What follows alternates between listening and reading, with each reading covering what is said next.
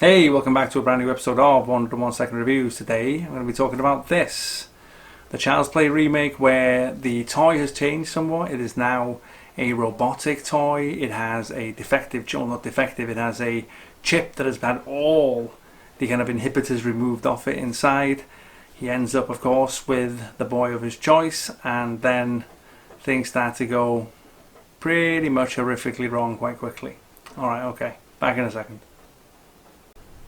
Okay, right, Child's Play now, they go right back to the beginning here. Forget about all the Don Mancini kind of like driven movies. We're right back at the beginning, and what you have now is, and this is a fundamental problem with the film. I mean, probably this is the thing they get most wrong, and it kind of kills the whole film to a certain extent. Before I'm going to go on to talk about everything else, but in the original, of course, the toy is possessed by the soul of this kind of like vicious, disgusting killer.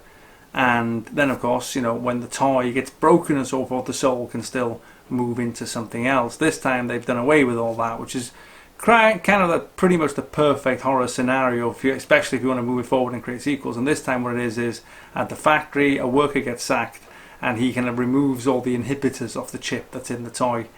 And that's it. That's the end of it, to a certain extent. That's where it all kind of ends. The entire film, the entire premise and everything is a disaster on the whole from that point, in my opinion. Aubrey Plaza is completely miscast. She's just wrong for this kind of part. The kid who plays Andy is pretty good. Then he has a group of friends in this, which kind of makes you think of the Goonies. The concluding fight in the store, where he kind of takes control of everyone, including like a bear one. Fucking hell. Just makes you think of Gremlins. The whole thing just seems so unnecessary and tired, almost to the point of it being totally pointless that this film exists. I can't really point to any aspect of it, to be quite honest, that I thought, apart from the fact that it's okay made, apart from that, there's no purpose for this film to exist.